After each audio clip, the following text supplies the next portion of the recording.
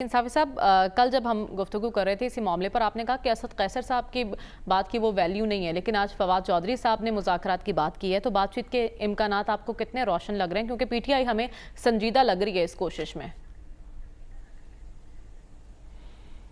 जी, अगर आपको पीटीआई संजीदा लग रही है तो अच्छी बात है। फवाद चौधरी साहब की प्रेस कॉन्फ्रेंस भी एक अच्छी पेशरफ्त है, और हम जानते हैं कि जब इमरान खान साहब का आखिरी दौर था और आखिरी अयाम थे, तो उस वक्त भी फवाद चौधरी साहब ने दोनों तरफ मीडिएशन की भरपूर कोशिश की थी। इस्टेब्लिशमेंट के साथ राब्तों के लिए एक पुल का किरदार उन्होंने अदा किया था, लेकिन उस वक्त भी फवाद साहब की कोशिशें रंग नहीं लाई थी। और इस वक्त भी जो अमूमी सूरत हाल है, उस पर फवाद चौधरी साहब की मफाहमाना जो उनकी पेशकश है या कोशिश है, उसकी पजीराई तभी होगी कि उनका लीडर इमरान खान साहब भी कहें कि हाँ, फवाद चौधरी साहब को ये मैंडेट हासिल हो गया है और वो बात आगे बढ़ा सकते हैं।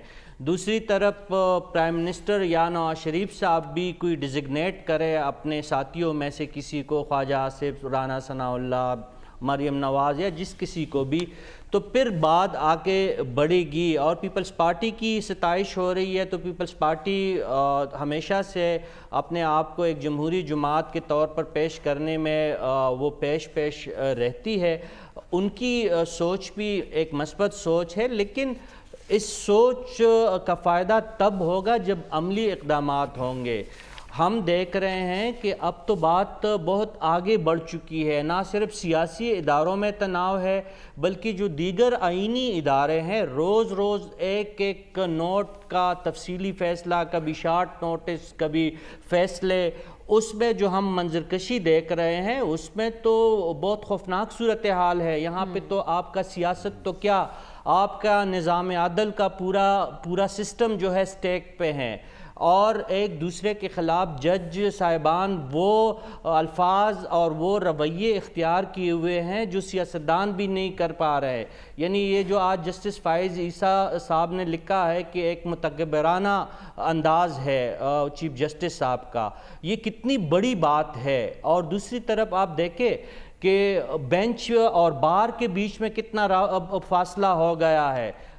ये पेशावर बार कौंसिल ने जो आज बाकायदा प्रेस रिलीज़ जारी करके चीफ जस्टिस साहब से मुस्तफ़ी होने की जो बात की है, ये बहुत अलार्मिंग है। जब सियासत पाकिस्तान में अमूमी तौर पर नाकाम ही रहती है, लेकिन फिर हम इन्हीं सुप्रीम कोर्ट जैसे आईनी इदारों पे हमारी नज़र होती है और वहाँ से कभी कभार सुनवाई भी हो जाती थी।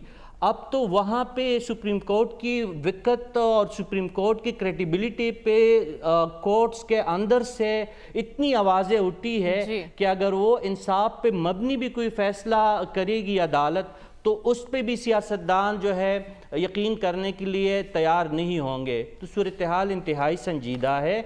ऐसे में सिर्फ और सिर्फ रास्ता यही बचा है कि सियासतदानों ने आला लेवल पे, बेशक नीचे के लेवल से वो आगाज़ करे, लेकिन जिस तरह बेनज़ीर और नवाज शरीफ साहब एक साथ एक मेज़ पे बैठे थे, इसी तरह इमरान खान साहब और नवाज शरीफ और शहबाज शरीफ और मौलाना फजल रहमान और जरदारी साहब को एक न एक दिन बैठना होगा, वरना निज़ाम आपका गया।